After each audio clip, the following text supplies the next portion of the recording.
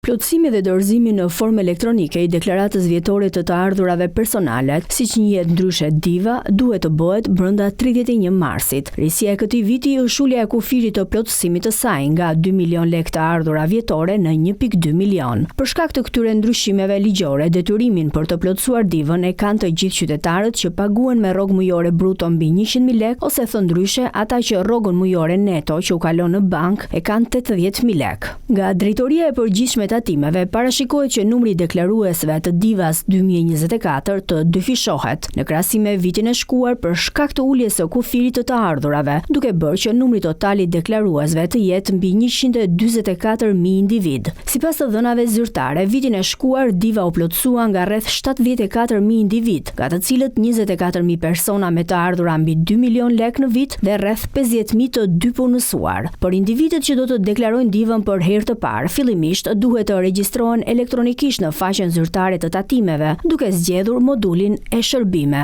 Më pas, si për ata që e kanë plotësuar më parë dhe ata që regjistrohen për herë të parë, deklarata e të ardhurave personale për periudhën janar-dhjetor 2024 gjenerohet e paraplotësuar automatikisht nga sistemi i tatimeve. Deklaruesit duhet të plotësojnë vetëm të dhënat e tyre personale, nëse nga përllogaritja e të dhënave do të rezultojë diferencë për tu paguar, pasi të plotësohet deklarata, duhet të printohet urdhër pagesa dhe të vijohet me pagimin e tatimit. Kush nuk bën deklarimin brenda afatit 31 mars, ligji parashikon gjobë, e cila është 3.000 lekë.